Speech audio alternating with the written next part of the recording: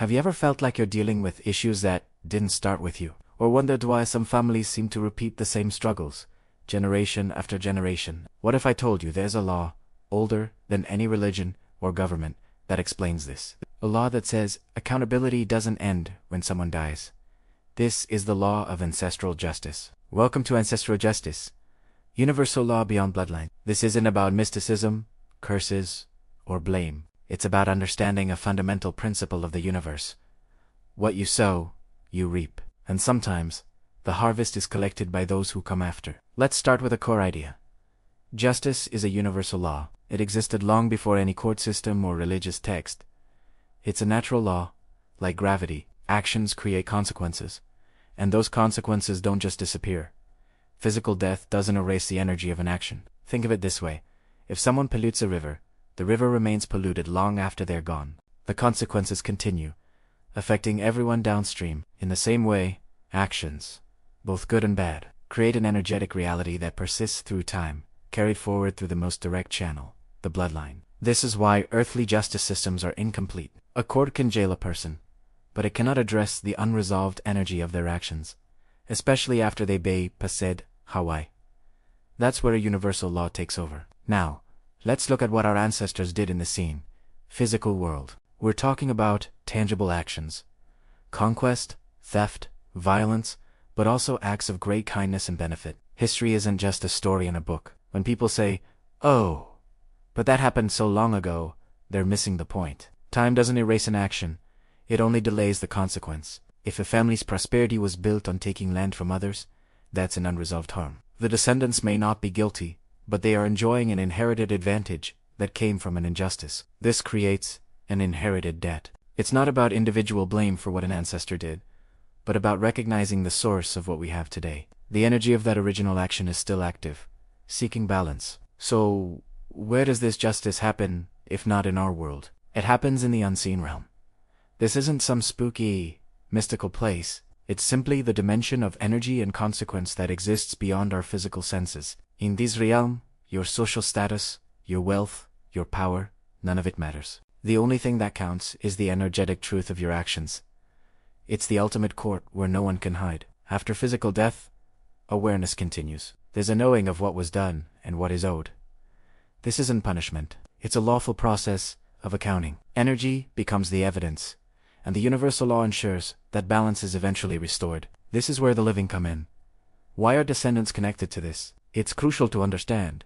You are not blamed for your ancestors' actions. You do not pay for their sins, but you do carry the energetic signature forward. Think of it like inheriting a family business. You might inherit its assets, but you also inherit its debts. You're not guilty for the debt, but you are responsible for managing it. This is why we see patterns repeating in families.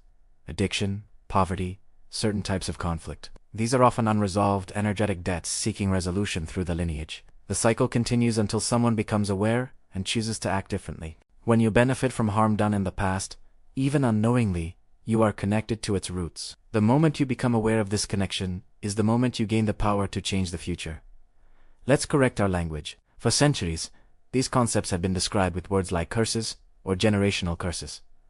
This language was often used to create fear and control. But universal law isn't about cursing anyone. It's about reward. The law simply returns a harvest that matches the seed that was planted. If you plant a seed of harm, you will harvest struggle. If you plant a seed of kindness, you will harvest benefit. What we often call suffering is simply the lawful harvest of a negative action. It's not a punishment from an angry God. It's the universe responding with perfect impartiality. By changing our words from curse to consequence and from punishment to harvest, we restore our understanding of this natural law and take back our power from fear. We see the limits of our own justice systems every day. They have statutes of limitation, meaning a crime can legally expire. But under universal law, there are no expiry dates. Powerful people can use their influence to escape accountability on earth, but they can't escape universal law. Think of all the victims who never saw justice in their lifetimes. Their cases don't just close. They are transferred to a higher court, the court of universal law, where the process continues until balance is achieved. This applies not just to individuals, but to entire nations. Countries also sow seeds. Colonization, exploitation, and war are massive collective actions that generate a massive collective debt. The wealth and power many nations enjoy today were built on historical harm. But just like with individuals, the law of return applies. We see it in the shifting of global power, economic reversals, and the loss of cultural influence. It's not revenge. It's the natural cycle of harvest. A nation cannot claim moral superiority while ignoring the foundations of its own prosperity. Eventually, history comes calling, and the false narratives collapse as the truth is revealed. Justice returns through change. So, what is your role in all of this? What can you, the living, actually do? First, let's be clear about what you cannot do. You cannot cancel the actions of your ancestors. You can't step in and pay their debt for them. That accountability is theirs alone. But what you can do is powerful. You can stop repeating the pattern. You can be the one who ends the cycle. By living with awareness instead of fear, you can make conscious choices that break the chain. Every time you choose honesty over deception, compassion over cruelty, or integrity over advantage, you are sowing new seeds. Your right action sends a powerful signal to the universe that you are choosing a different path.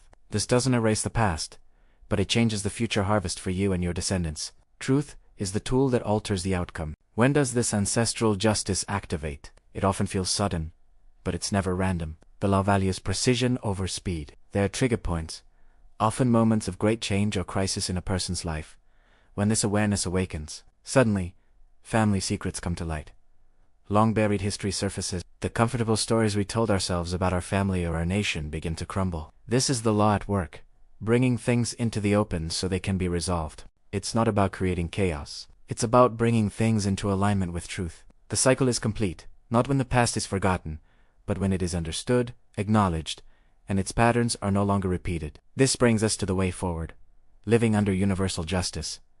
This isn't a burden, it's the path to true freedom. It means living with full accountability for your own actions, knowing that everything you do matters. It means raising children who are conscious of their legacy, free from the unconscious repetition of past harms. It's about seeking justice without hatred or revenge, understanding that the law itself is the great equalizer. Universal justice is impartial. It has no favorites and no enemies. It only knows balance. And this leads us to the final, unshakable principle, the law that ends all debate and simplifies everything. What you sow, you will reap. This is the foundation of personal responsibility and the key to creating a better future. The power is in your hands, right now, with the very next choice you make. Understand this law, and you understand the universe. Thank you for joining me on this journey into ancestral justice. If this resonated with you, there's so much more to explain. Justice does not die when a body dies. Justice does not forget because time has passed. And justice does not pause because a court failed. What you are about to hear is not religion. It is not belief. It is law. That exists a system of justice that predates governments, churches, kings, and courts. A system that does not rely on witnesses, paperwork, or verdicts. A system that never loses evidence and never closes a case.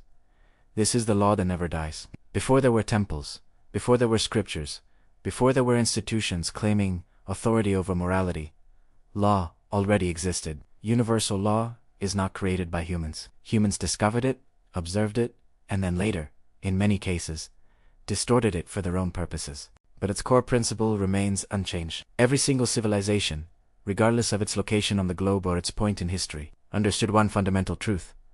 Action produces consequence. You plant a seed, and something grows from it. You perform an action, and something returns from it. Religion did not invent this concept. Governments did not author this law.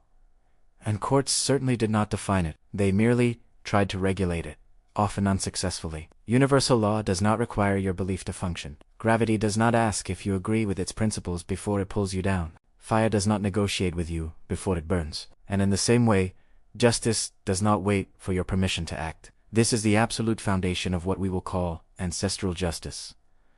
It is not about faith. It is about function. It is a system, a mechanism of reality itself. Now, let us address one of the greatest deceptions ever accepted by humanity, the idea that death closes the case. Our earthly systems, our courts, our societies, they all treat death as the ultimate finality. When a person dies, their legal accountability often dies with them. The case is closed. But universal law does not operate this way. And why is that? Why doesn't death end accountability? It's because an action doesn't just belong to the physical body. An action carries with it the intent behind it, the impact it creates, and the energy it releases into the world. None of those things die when the flesh does. They persist. Think about it. If death erased all consequence, then justice would be entirely optional. Those with power, wealth, or influence could simply commit any injustice they wanted, delay the legal proceedings, and then escape all accountability just by dying. That would make a mockery of justice. But universal law is not based on convenience. It's based on balance. Death ends a person's participation in the physical world, but it absolutely does not erase what they did while they were in it. Every single action remains recorded, not in dusty books or digital files, but in the very fabric of reality itself. It's an entry in a ledger that never gets erased. So, where does that energy go? What happens to that unresolved action? Nothing truly disappears. It transforms. When an action is committed, particularly one of significant injustice, it enters a cycle. And that cycle of action and consequence continues until a state of balance is finally restored. Some returns are immediate. You touch a hot stove, you get burned instantly. Some are delayed. You neglect your health for years, and the consequences show up later in life. And some, particularly those involving great harm or benefit that isn't settled within a lifetime, can pass through generations. But it is critical to understand this. A delay does not mean cancellation. It never does. A seed that is planted today might grow tomorrow, or it might lie dormant for decades before it finally sprouts. But when it does grow, it will grow according to its nature.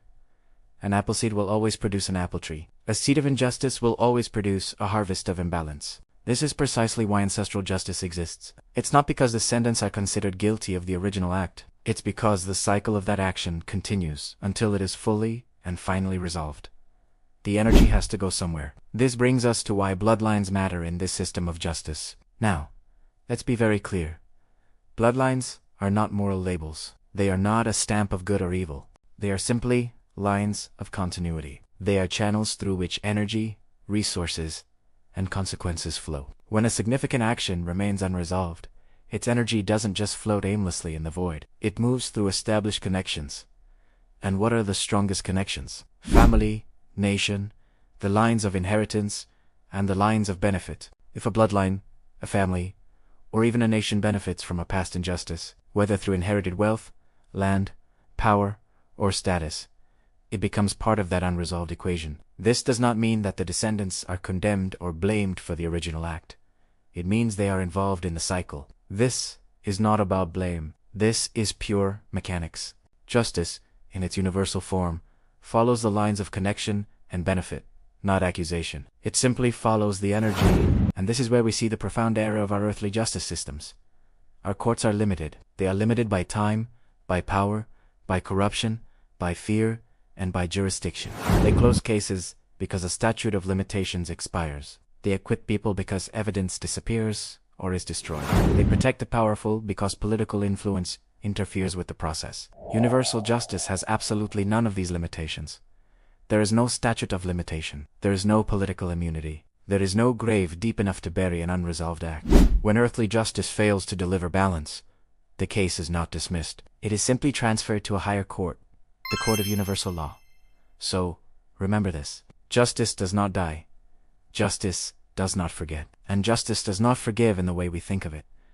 Justice simply returns. What you sow does not disappear. It waits. History is not neutral.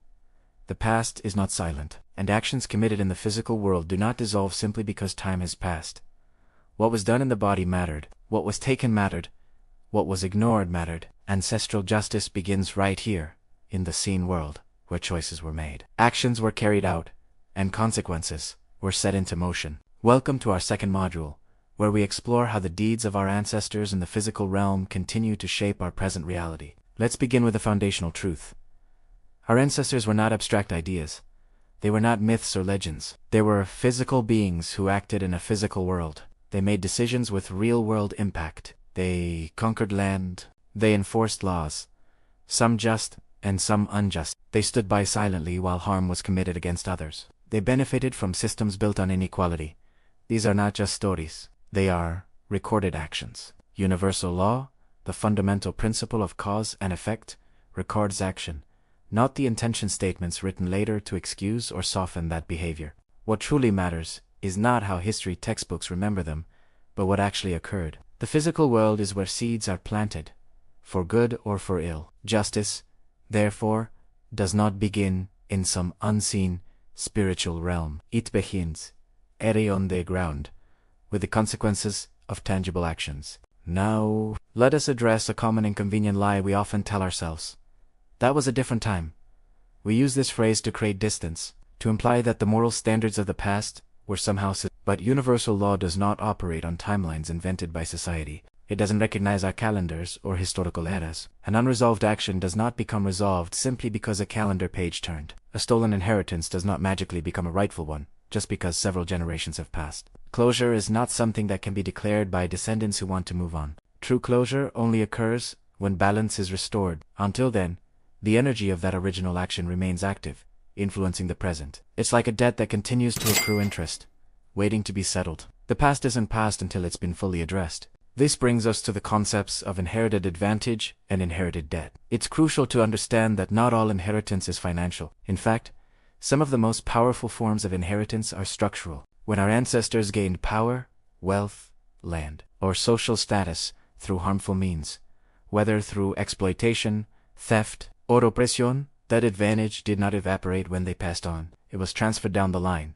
often becoming invisible infrastructure that supports their descendants. Universal law is not emotional. It's a system of accounting. It simply observes the connection. If you are benefiting from a system, even unknowingly, the responsibility associated with how that system was created follows. This isn't about casting blame or making accusations. It is simply about accounting. It's about seeing the full balance sheet of our lineage, acknowledging both the assets and the liabilities that have been passed down to us. Only by seeing the full picture can we begin to understand our true position. A very common defense you might hear, or even feel yourself, is, "But I didn't personally do it." And on a surface level, that's true, you didn't. However, universal law responds with a different question. But are you connected to the benefit? Collective action, the actions of a family, a community, or a nation, still produces individual consequences, especially when there was participation, silent complicity, or inherited advantage. You may not have committed the original act, but you may be standing directly inside its results. Imagine a house built on a stolen foundation. You didn't steal the foundation, but you are living in the house it supports. Justice doesn't accuse you of building the faulty foundation. It simply asks what you are doing now with the house that came from it. Are you ignoring the crack in the wall? Or are you working to repair the foundation? Your accountability isn't for the past. It's for your actions in the present moment with what you've inherited. So why doesn't time simply erase these actions? Because time is not a cleansing agent. Time is a waiting room. It's a space where things are held until the conditions are right for resolution. The passage of time allows for awareness to mature. It allows for hidden cycles of behavior to reveal themselves across generations. It allows for evidence, once buried, to finally surface. But delay never deletes. Every action, every cause, waits patiently until the conditions for its effect, its return, are met. This is a core principle. Justice is incredibly patient, far more patient than any human being. But it is also exact. It doesn't forget details. It doesn't round up or down. It waits for the precise moment when balance can be restored. The unresolved issues of the past are not gone. They are simply waiting for our awareness to catch up to them. Let's bring this all together. History does not disappear. It transfers. It transfers through wealth, through status, through trauma, and through opportunity. What was done in the flesh, in the physical bodies of our ancestors, still speaks in our present moment. It speaks through the systems we navigate, the advantages we hold, and the challenges we face. The past is not a closed book. The past is not finished until justice is complete. Understanding this is the first step toward genuine healing and creating a more balanced future. When earthly courts close a case, justice does not end. When witnesses die, justice does not disappear. When power silences truth, justice does not surrender. It moves. There is a realm where titles have no value, where excuses have no weight, and where history cannot be read. A realm where justice operates without influence or delay. This is not about belief. This is about continuation. Welcome to Module 3, The Unseen Realm and Justice. Today, we're exploring what happens when earthly systems fail and where unresolved cases truly go. Let's begin with our first lesson. Justice beyond the physical world. Think about our justice system. It's built on things we can touch, see, and verify. It's bound by matter, paper documents, physical bodies, tangible evidence, and the linear progression of time. These are its tools, but they are also its limitations. What happens when a document is shredded? When a key witness is no longer available? When the statute of limitations runs out? Earthly justice often says, case closed. But universal justice says, the process is now transitioning.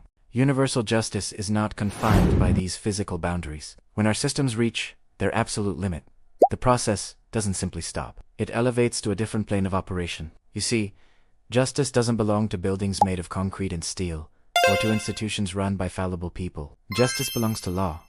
Universal, unchangeable law. The unseen realm isn't a spiritual fantasy or a mystical daydream. It's a continuation space. It is the operational environment where unresolved actions, intentions, and consequences remain active and in motion.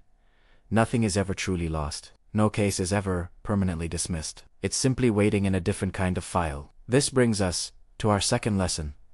The unseen realm, explained simply. It's crucial to understand what this realm is and what it is not. It's not a place of punishment or reward handed out by an emotional, judgmental being. It is, very simply, an environment of pure, unfiltered truth. In our world, we live by performances. We build reputations. We craft narratives about who we are, what we intended, and why we did what we did. In the unseen realm, none of that exists. The stage is gone, the audience has left, and the script is useless. There is only what was done and what remains unresolved from that action. Within this environment, denial is replaced by awareness. The self is brought face to face with its own actions, without the usual distractions or defenses we use to shield ourselves from reality. Justice in this realm doesn't point a finger and accuse. It simply holds up a perfect mirror and reveals the truth becomes its own verdict. So, how is this verdict determined? This leads to our third lesson. Energy as legal evidence. In the physical world, we know evidence can be fragile. It can be tampered with, hidden, or completely destroyed. A clever criminal can burn the files, erase the tapes, and silence the opposition. But under universal law, the action itself is the evidence. Every single act, from a thought to a word to a deed, carries its own energetic signature. It creates an imprint, a consequence, and a continuation. This indestructible energetic record is what gets measured. All the words spoken to justify a harmful behavior, they have no weight. The elaborate stories we tell ourselves and others about our noble intentions, they are irrelevant. In this court, only one thing matters. The outcome. What was the actual result of your action? The unseen realm doesn't ask what you claim to believe or what you hoped to achieve. It simply reflects what you did and the ripple effect it created. Now, you might wonder, can't people find a way to escape this too? This is our fourth lesson. Why no one can hide there. In the physical world, people are experts at hiding. They hide behind their status and wealth. They hide behind religious texts and positions of moral authority. They hide behind government seals and corporate logos. They even hide behind carefully constructed victim narratives to deflect responsibility. But none of these shields exist beyond the body. They are constructs of the physical world, and they fall away the moment we leave it. In the realm of universal law, there is no hierarchy. There is no VIP line, no special access pass, and absolutely no immunity. Your title, your bank account, your connections, they are all rendered meaningless. The unseen realm strips away the temporary identity we wore and leaves only the reality of our actions and their consequences. Justice doesn't need to chase you down or hunt for you. It simply meets you exactly where you are, in the state you created for yourself. Finally, what is the purpose of all this? Is it eternal suffering? No. This brings us to our fifth and final lesson. The role of awareness after death. The awareness that occurs in the unseen realm is not punishment, it is clarity. It is the ultimate moment of truth, free from all illusion. In these states, individuals become fully and completely aware of three things. First, what they actually did, without any sugarcoating or second, the full scope of who and what was affected by their actions. They experience the ripple effect from every possible angle. And third, they understand precisely what remains unresolved, what energy is still out of balance because of what they set in motion. This profound awareness isn't some form of emotional suffering imposed from the outside by an angry judge. It is the natural, unavoidable recognition that arises when one is confronted with pure truth. Justice does not exist to torment. It exists to correct. It is the universal mechanism for rebalancing, for learning, and for the ultimate resolution of all things. Let's close with this. Justice does not vanish when the body dies. It continues in a place where excuses cannot follow. There is no hiding from truth. There is only, eventually, meeting it. How are we connected to the actions of our ancestors? Many people say, I didn't do it, and that's absolutely true. You didn't. But universal law, the fundamental order of cause and effect, doesn't just ask who committed the act. It asks, who is connected to the outcome? This isn't about blame. It's not about pointing fingers at the living for the deeds of the dead. Ancestral justice is about something much deeper and more powerful. Continuity, it's about understanding the unbroken line that connects the past to the present, and how that connection shapes our lives today. So, let's explore how this works. Not through a lens of guilt, but through a lens of awareness. First, let's talk about bloodline continuity under universal law. A common misconception is that bloodlines are some kind of spiritual chain, binding you to the sins of your forefathers. That's not it. Think of them instead as lines of continuity, like a river flowing through time. This river carries many things forward from one generation to the next. It carries genetics, the biological code that shapes our physical selves. It carries resources, like wealth, property, and opportunities that are passed down. It carries culture, the stories, traditions, and values that define our families and communities. It also carries advantage, the subtle and not so subtle head starts in life that come from the position our ancestors established. And, crucially, it carries unresolved consequence. Universal law operates on a simple principle. It follows the flow. It follows this river of continuity. If something remains unresolved at one point in the line, a harm that was never mended, a debt that was never paid, an injustice that was never rectified, it doesn't just vanish into thin air. It gets carried forward by the current, moving downstream from generation to generation until it finally encounters awareness. It's like a log stuck in the river. It would keep moving until someone has the consciousness and the tools to finally pull it out of the water. This is precisely why descendants are connected to the past. You're not accused of creating the problem, but you are part of the line where the problem still exists. You are part of its continuity. This brings us to a critical distinction. You do not pay, you carry. Universal law is not a cosmic judge seeking to punish descendants for ancestral actions. That would be illogical and unjust. Instead, descendants carry unresolved consequence. They do not absorb guilt. There's a world of difference between these two ideas. Guilt is a moral judgment, a heavy weight of shame and blame for a wrongdoing. Carrying, on the other hand, is a mechanical reality. It's about the structure of your life being affected by the foundation it was built upon. Imagine a high-rise building. If the foundation was built on unstable ground, every single floor above it is affected. The penthouse suite on the 50th floor might have cracks in the walls, not because the owner of that suite did anything wrong, but because the entire structure is resting on a flawed base. The penthouse isn't blamed for the shaky ground, but it is undeniably involved in the consequences. Its stability is compromised. Similarly, we inherit the structural realities of our lineage. We carry the stability or instability of the foundation laid by those who came before us. This is not a punishment. It's simply the mechanics of continuity. So why do certain patterns seem to repeat in families?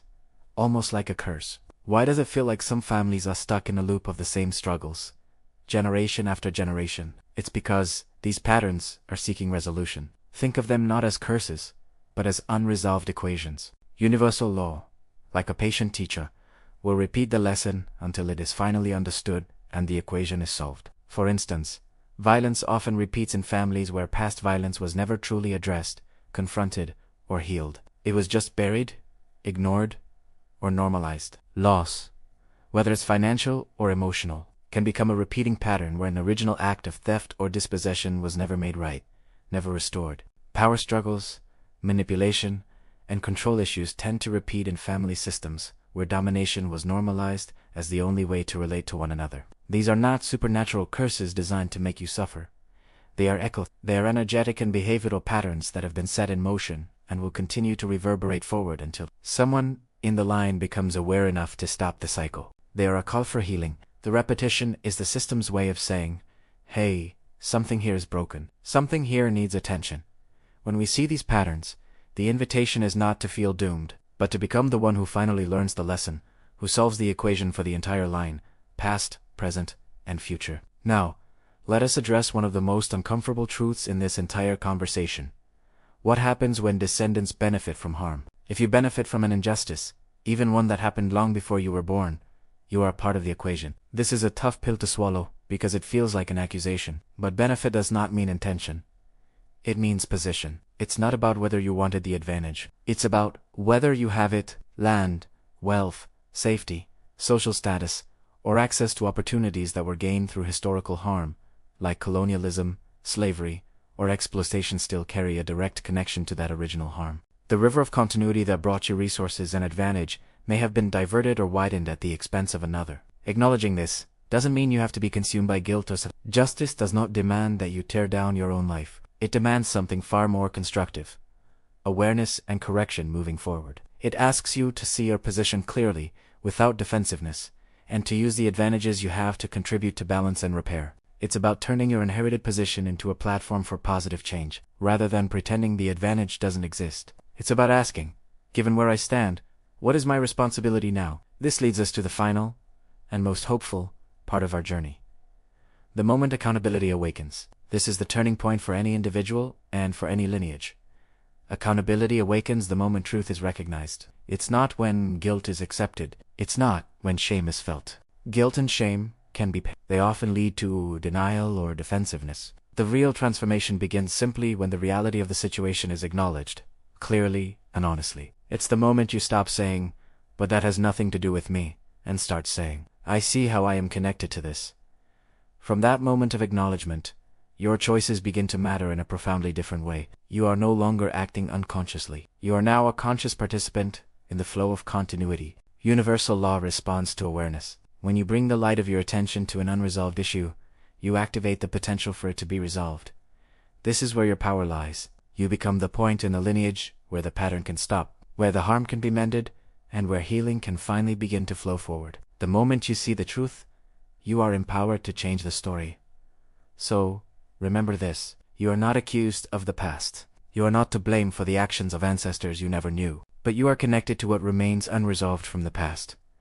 Justice does not blame bloodlines. It follows them. It flows through them, seeking balance. By understanding this connection, you can shift from being a passive carrier of old burdens to an active agent of healing and resolution. You have the power to change the current for generations to come. For centuries, the word curse has been used to frighten people, to mislead them, and to hide the true operation of universal law. But I'm here to tell you, there is no curse. There is only return. Every single action you take produces a result, and that result is exactly proportional to what was sown. This isn't about some angry, judgmental force in the sky. This is about justice. And justice is precise. Justice is impartial. And justice is absolutely unavoidable. Today, we're going to dismantle a word that has been used to control humanity for far too long. And in its place, we will restore the powerful, liberating language of truth. So, let us start with a critical question. Why was the word curse ever introduced in the first place? The answer is simple: control. Throughout history, institutions like the church and other authorities deliberately used the term curse to instill fear in the population.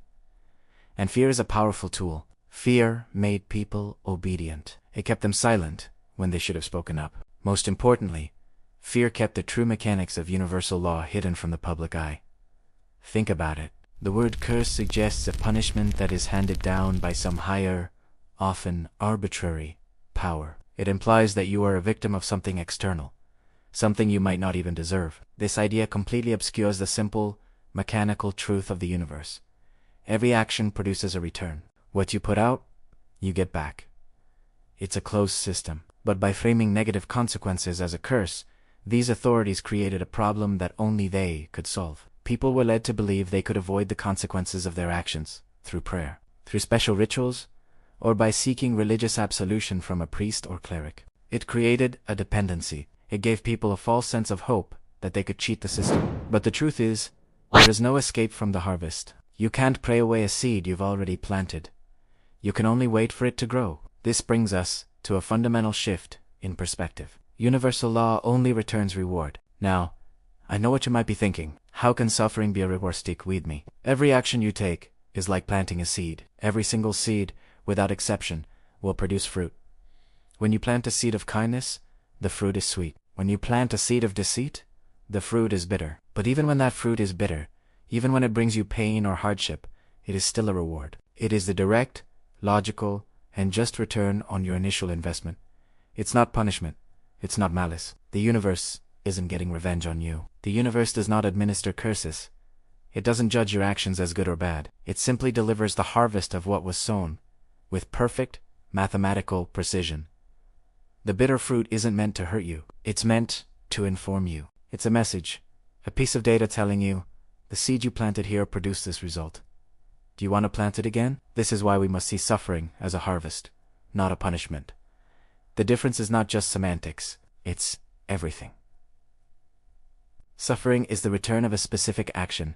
It is not emotional retribution from a vengeful God. The mechanics are straightforward. If you sow violence, you will reap pain, either directly or indirectly. If you sow theft and dishonesty, you will reap loss in your own life. If you sow neglect, whether of your health, your relationships, or your responsibilities, you will reap imbalance and chaos. These are not mystical curses. They are natural, predictable consequences. Understanding this distinction is absolutely critical. Once you see consequence for what it is, fear dissolves. The confusion melts away. You can no longer be manipulated by those who would use the idea of a curse to control you. You are simply dealing with the laws of cause and effect, just like the law of gravity. So, how did this manipulation become so widespread? It was a masterful use of language to hide the law. By reframing natural consequence as mystical punishment, the entire system of personal accountability was subverted. The word curse was the key. First, it made people believe that consequences were random, or worse, that they were handed down by an unpredictable deity. This created a sense of helplessness. Second, it made people reliant on intermediaries. If you believe you've been cursed, you don't look at your own actions. Instead, you seek out a priest, a shaman, or a ruler to intervene on your behalf, to plead your case to the heavens. This gives those intermediaries immense power. And third, and most destructively, it distracted people from understanding their own accountability. If you're busy worrying about a curse, you're not examining the chain of events that you yourself set in motion. Universal law was hidden in plain sight, obscured by a veil of deceptive words. Control was maintained through this carefully constructed illusion. But today, right now, we pull back that veil. We restore an accurate understanding of how the universe truly works. From this moment forward, we replace the word curse with reward. And we understand that reward is a neutral term. It is simply the outcome. Positive actions produce positive outcomes. These are your rewards. Negative actions produce negative outcomes. These are also your rewards. The law of return is not a system of forgiveness. It is a system of response. It doesn't forgive a seed for being what it is. It simply allows it to grow into its inevitable form. Understanding this simple truth restores everything. It restores clarity, because you are no longer confused by superstition. It restores personal responsibility, because you know your outcomes are tied directly to your actions. And most importantly, it restores your power. You are no longer a victim of circumstance or a pawn in someone else's game. You are the farmer of your own life, and you choose which seeds to plant. You are no longer deceived by language. You see the law for what it is, precise, impartial, and beautifully, perfectly, unavoidable. So let this be our new declaration. There is no curse, only reward. There is no absolution, only consequence. There is no escape, only return. What you sow, you will reap. Nothing more, and nothing less. Every single day, millions of people look to courts, governments, and leaders, hoping for justice. Yet, so often what they find is a system that fails. Crimes go unpunished, victims are left without a voice. The powerful seem to be protected by the very systems designed to hold them accountable. Why does this happen so frequently? The answer is simple. Earthly systems of justice are inherently flawed and limited. But there is another system, a universal law, that is not. Let us dive into why courts and human laws often cannot complete a case and deliver true justice. We'll start with something you've probably heard of.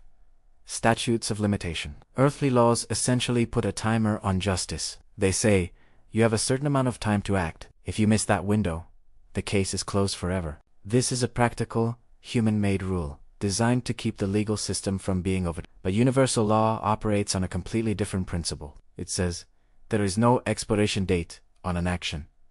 An act, whether good or bad, creates an energy, a ripple that continues to exist until balance is restored. A statute of limitation might close a case on paper, but it cannot erase the consequences of what was done. The seed that was planted, the action that was taken, continues to exist. It's just waiting for its harvest. Think of it like a debt. A legal loophole might make it unenforceable in court, But the debt itself doesn't just vanish into thin air. It's still there, waiting. Now let's talk about political protection and what happens when the legal system is silenced. We see it all the time. Powerful individuals, wealthy corporations, and influential institutions often seem to escape earthly justice entirely. How do they do it? Their influence can shield them from investigation. Corruption can be used to conceal or destroy evidence. And sometimes, a culture of silence protects the guilty, where people are too afraid or too compromised to speak the truth. These are all human-made protections, walls built to stop earthly justice from running its course. However, these protections are like a sandcastle against the tide of universal law. No amount of power, no crown, no title, and no office can remove the harvest that is destined to follow a specific action. The universe doesn't care about your job title or how much money you have in the bank. The law of cause and effect is impartial. While a person might be untouchable in this life, in the grander scheme of things, the consequences of their actions are still on their way. The energy they put out into the world must and will be balanced. This brings us to another frustrating reality. Many crimes seem to die with the criminal. In our earthly systems, a criminal can evade justice in so many ways. Some pass away before a verdict can be reached. Some get lost in the maze of bureaucracy, their cases collecting dust on a shelf. Others benefit from powerful alliances, backroom deals, and systemic corruption that ensures they never face a courtroom. From the perspective of our legal system, the case is closed, the perpetrator is gone, and that's the end of it. Justice, it seems, has been denied. But from the perspective of universal law, the crime is never, ever erased. The act itself, and the harm it caused, doesn't just disappear because the person responsible is no longer here. Instead, it transitions. It moves into a realm where the law is exact and unforgiving. The energy of that unresolved action continues to exist, waiting for the right moment, the right circumstances, for balance to be restored. Nothing is ever truly lost or forgotten. It's simply waiting for its opportunity to complete the cycle. So what about the victims? What about the people left behind who never saw justice served? This is perhaps the most painful part of the failure of earthly justice. Victims of unresolved crimes often carry a heavy burden in silence. Families are left to grieve without closure, forever wondering what really happened and why no one was held accountable. Entire communities can suffer when there's no accountability, living with the knowledge that a great wrong was committed and simply swept under the rug. The truth is ignored, buried under layers of legal maneuvering and political convenience. This is a profound and deep wound. But the Ancestor Universal Law offers a different perspective. It ensures that the harvest, the consequence, cannot be permanently denied. There might be a delay, sometimes a very long delay spanning years, decades, or even generations. But justice, in its purest form, will eventually arrive. The universe has a long memory. The pain, the injustice, the imbalance, it all remains part of the equation until it is finally resolved. The scales must and will be balanced, even if those who suffered the original harm are not there to see it. So, if earthly courts fail and cases are left unresolved, where do they go? What happens to all that unresolved energy, that unanswered call for justice? When our human systems fail, a higher, unseen system activates. The cases, in a sense, are transferred. They transition from the limited jurisdiction of human law to the absolute jurisdiction of universal law. The energy of the actions, the unresolved harm, the lasting impact on individuals and communities, it all gets recorded into the very fabric of reality itself. Think of reality as a perfect, incorruptible ledger. Anti-system justice is completely impartial, absolutely inevitable, and surgically precise. No piece of evidence is ever truly lost. No action is ever truly ignored. The system simply waits for the right conditions for resolution to occur, and this resolution can manifest in surprising ways. Sometimes through the descendants of those involved, sometimes through a series of uncanny circumstances, or even through a major historical realignment that finally brings the truth to light. The universe has its own way of ensuring that every account is eventually settled.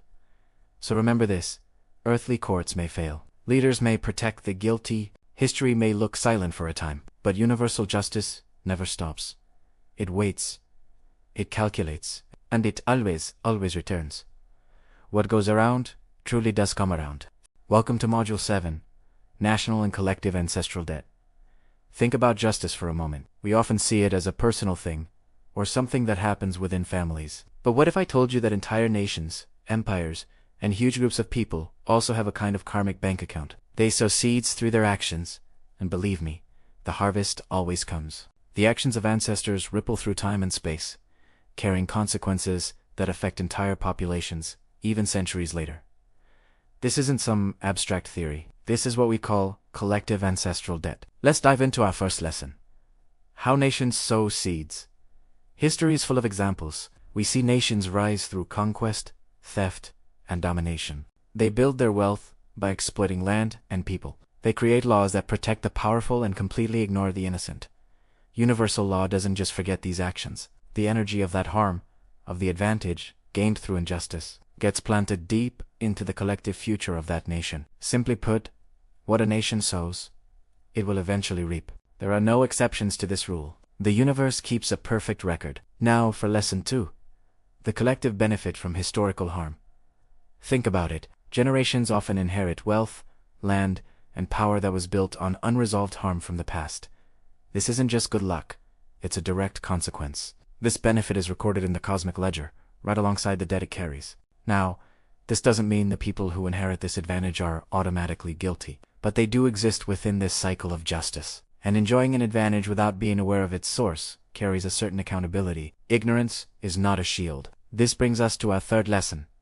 Why nations experience reversal. When justice finally catches up, the scales have to balance. You see it throughout history. Powerful empires suddenly collapse. Wealth mysteriously shifts from one group to another. A nation's global influence just vanishes. This isn't random punishment. It is simply return. It's the universe restoring balance. History repeats these patterns over and over until that balance is finally achieved. A nation that once inflicted harm might find itself powerless, constrained, or facing the very circumstances it once imposed on others. The roles get reversed, because the energy has to come full circle. Let's move on to lesson 4. The illusion of moral superiority. So many nations believe they are morally superior. They justify it with their religion, their culture, or their military power. They write their own history books, where they are always the heroes. But universal law doesn't care about titles, armies, or beliefs. It only observes action and return, cause and effect. No nation, no matter how proud or powerful its legacy, can escape the harvest of its deeds. The universe is impartial. It doesn't pick favorites. Finally, lesson 5. When justice returns through change. The cycle of collective justice isn't always immediate. Sometimes it takes centuries. This long timeline allows for reflection, for awareness, and for the opportunity to correct the course. Nations that start to acknowledge the harm they've caused can begin to shift their future outcomes. Descendants who act with consciousness and try to right the wrongs of the past can reduce the need for harsh repetition. Universal law always aligns consequence with action. So, when change is resisted, when a nation digs in its heels and denies its past, the harvest is exact and often severe. But when correction occurs, when there's a genuine effort to heal and repair, the cycle is eased. It's never completely erased, but the return can be gentler. Let's close this module with a powerful reminder. Nations, just like individuals, are constantly sowing seeds of action. They plant advantage, they plant power, and sometimes they plant harm, and what is sown can never be ignored. It doesn't just disappear with time. Universal law moves through bloodlines, through generations, and through the very fabric of nations. What was done is never truly lost. It simply waits for the right moment to return. This is the unshakable law of the universe. Thank you for joining me in this exploration of national and collective ancestral debt. This is a heavy topic, but understanding it is crucial for our collective evolution. Welcome to Module 8. What the living can and cannot do. Today, we are navigating the complex landscape of ancestral justice, but we're doing it without blame. So many descendants live in fear of ancestral justice. It's a heavy weight, isn't it? You might find yourself asking, did I inherit their guilt? Or will I suffer for actions I did not commit?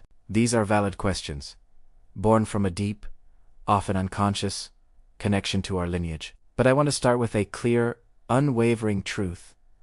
You are not blamed. You are connected. Understanding the difference between these two states is the absolute key to moving through life without fear, while still respecting the immutable principles of universal law. This distinction transforms fear into empowerment and confusion into clarity. Let's begin with the first lesson. What the living cannot do. There are certain realities we must accept. First, you cannot escape the energy of unresolved actions.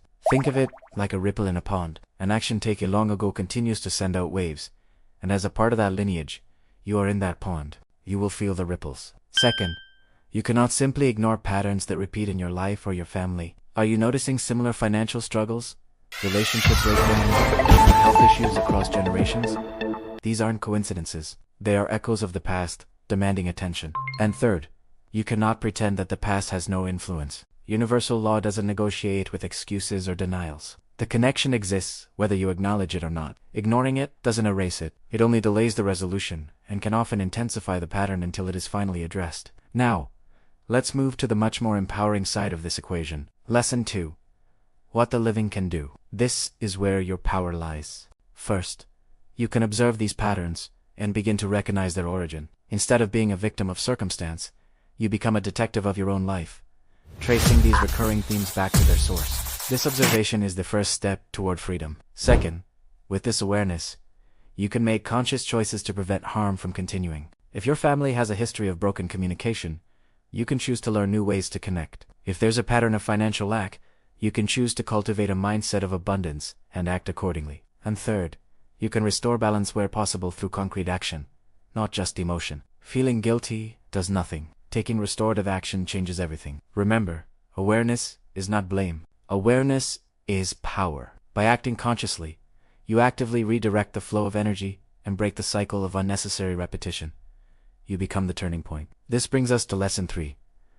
Repair without punishment. This is a critical distinction. Many people mistakenly believe that ancestral justice requires them to suffer for the deeds of their predecessors. This is not true. Repair is not punishment. If your ancestors caused harm, your responsibility is to correct forward, not to suffer backward. What does that look like in practice? First, you restore what can be restored. This might be symbolic or literal. It could involve returning something, offering an apology on behalf of the lineage, or creating something beautiful where something was destroyed. Second, you compensate where possible. This isn't about paying a debt you don't owe, but about contributing positively to counterbalance a past negative. This could mean dedicating your time, energy, or resources to a cause that counteracts the original harm. And most importantly, you stop the cycle of harm from continuing through your own actions. You ensure that the behavior ends with you. This is the true role of the living in ancestral justice. Active correction, not passive guilt. You are the agent of repair, not the subject of punishment. Next, lesson 4 is about maintaining alignment with universal law. To navigate this path effectively, the living must understand one core principle. Justice is impartial and precise. It is not emotional or vengeful. It is simply a law of balance, like gravity. First, every action has a return. A positive, corrective action will generate a positive return. A negative action, or inaction, will also have its consequence. The universe simply seeks equilibrium. Second, every avoidance prolongs the cycle. When you put off making a conscious choice or addressing a pattern, you are not escaping it. You are simply passing the energetic baton to the next moment, or even the next generation. The cycle waits patiently. And third, every conscious act you take contributes to balance. Every time you choose fairness over selfishness, truth over deception, or connection over isolation, you are actively participating in the resolution of these ancestral cycles. By aligning your daily choices with truth and fairness, you are doing the work. You are restoring balance without ever needing to take on personal blame. Finally, we arrive at lesson 5.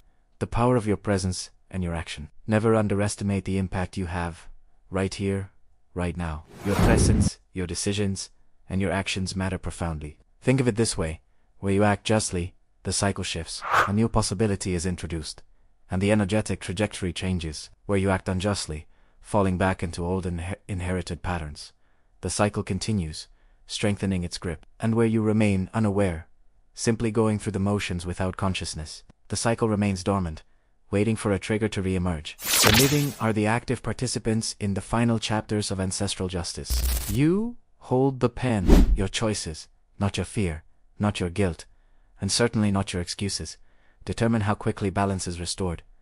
You have the power to write a new ending. So let's bring this all together. Remember this, above all else, you are connected, not condemned. You are empowered, not trapped. Your actions today directly influence the balance of yesterday. Universal law is impartial, and it is your awareness that shapes the outcome. Step into your power, observe with clarity, and act with intention. That is the path of ancestral justice. Welcome to Module 9. When ancestral justice activates, this is the moment we explore the point of return and the inevitability of consequence. Every action we take, every choice we make, has a moment of activation. Think of it like a ripple in a pond. Some returns are immediate, you see the effect right away. Others are delayed, perhaps by years, or even decades. And some, the most profound and complex, move silently through generations before they finally reach a state of balance. Ancestral justice is not selective. It doesn't pick favorites. It activates exactly when the conditions are met, and when that moment comes, absolutely nothing can stop it. This is the universal law of return, and it is precise, impartial, and always in motion. So, what are the triggers? What causes this ancestral justice to activate?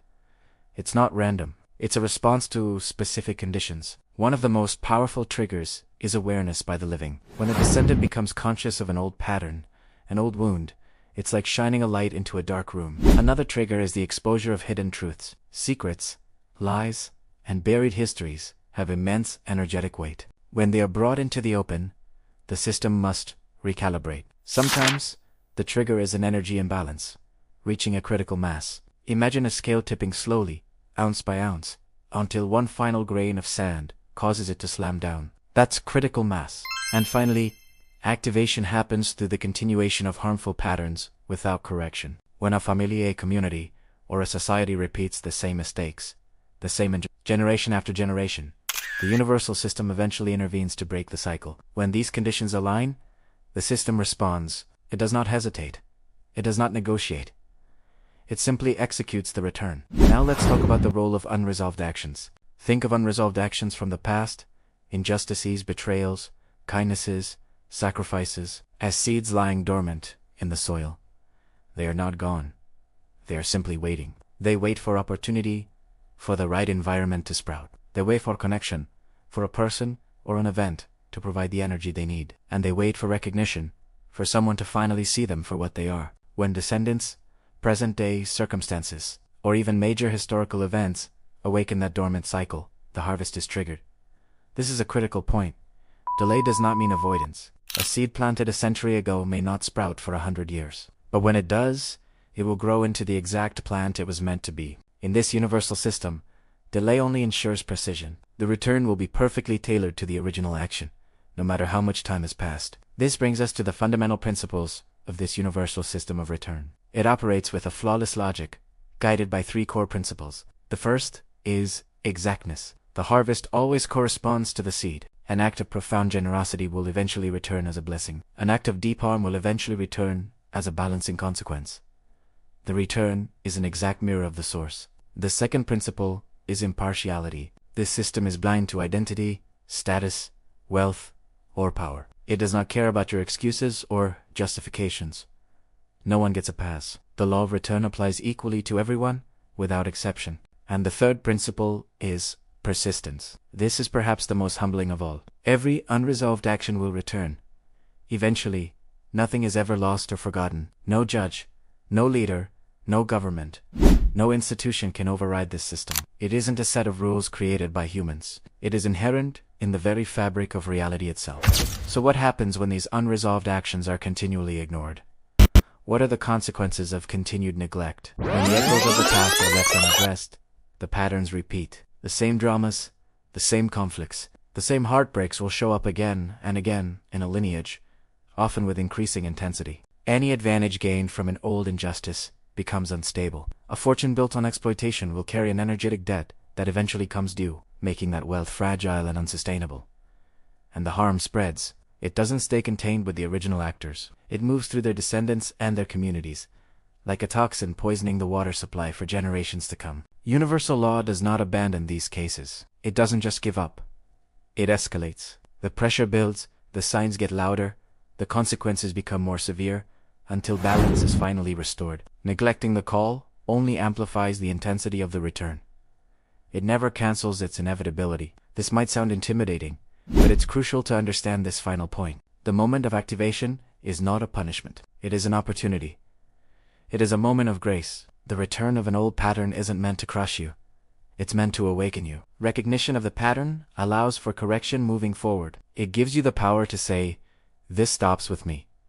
Awareness allows for the mitigation of unnecessary repetition. Once you see the cycle, you can choose not to participate in its destructive spin. You can step off the karmic hamster wheel. And taking conscious action aligns your present life with balance. It is an invitation to heal not just yourself, but the entire line, past and future. Ignoring the activation, pretending you don't see the pattern, does not stop justice. It only ensures that it will arrive later, in a form that cannot be delayed, negotiated, or softened. The choice is always ours.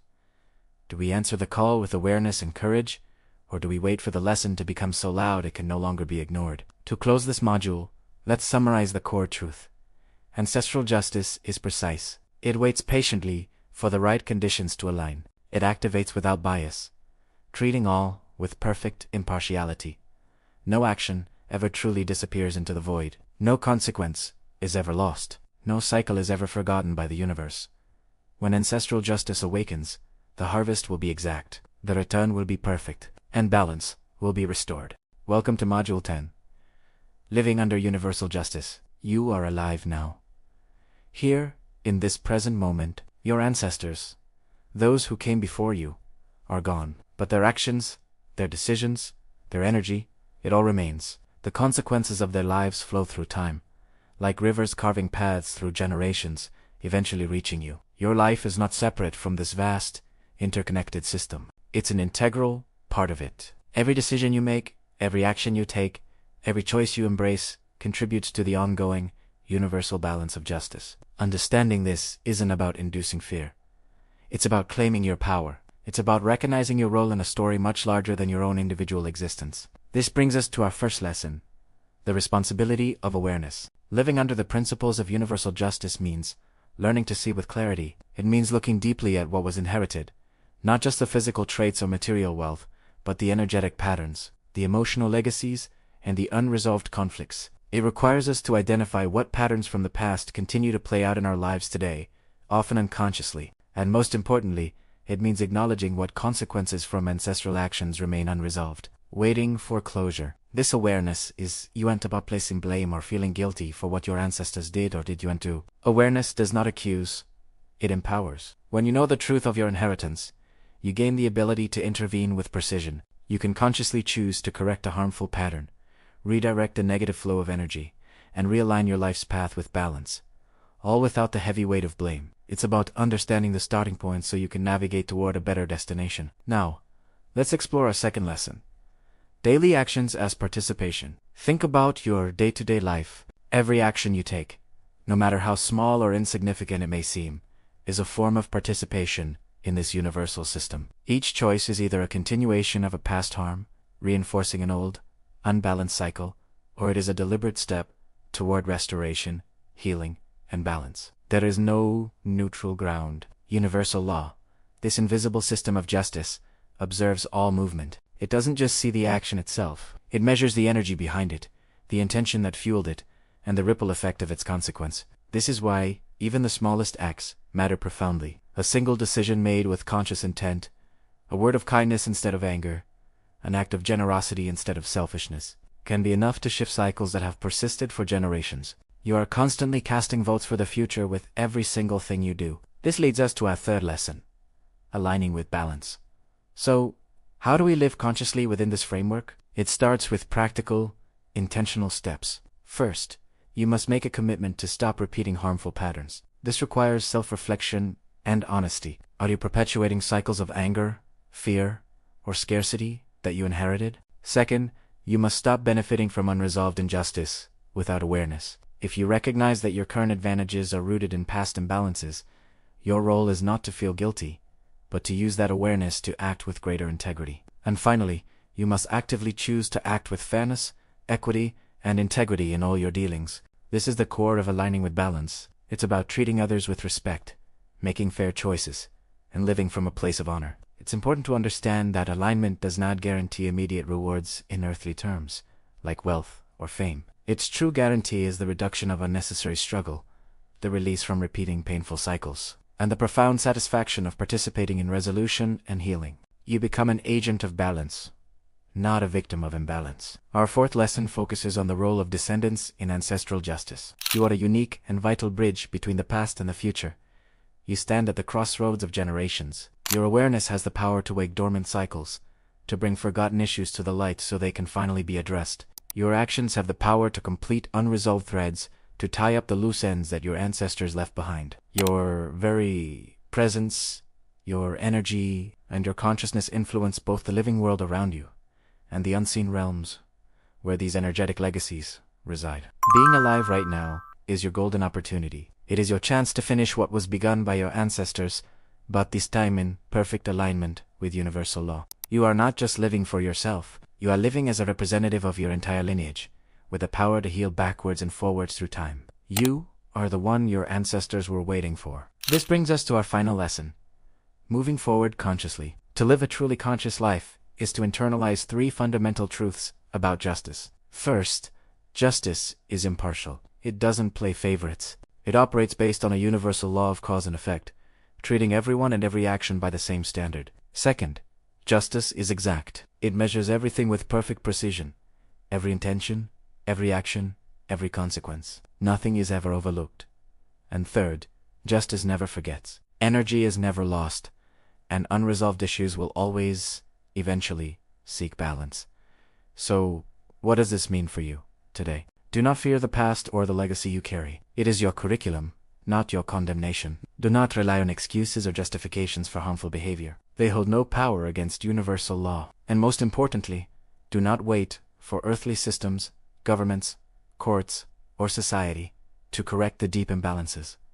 The power and responsibility are yours. Act now. Act with clarity, born from awareness. Act with intention, born from a desire for balance. And act with the understanding that every choice matters. Every action counts. Every single moment is a fresh opportunity to restore balance to your life, to your lineage, and to the world. Let's close with this thought. You are alive in a system that observes every action. You inherit the legacy of your ancestors, but you are not condemned by it. Instead, you are empowered. You are empowered to act, to restore, and to realign. Universal justice is impartial. It is precise, and it is inevitable. Your life, your consciousness, your choices. These are the instruments through which ancestral cycles can finally be corrected and brought into harmony. Live consciously. Act intentionally. Restore the balance. Thank you for joining me in this module. If this resonated with you, please like, share, and subscribe for more content on conscious living.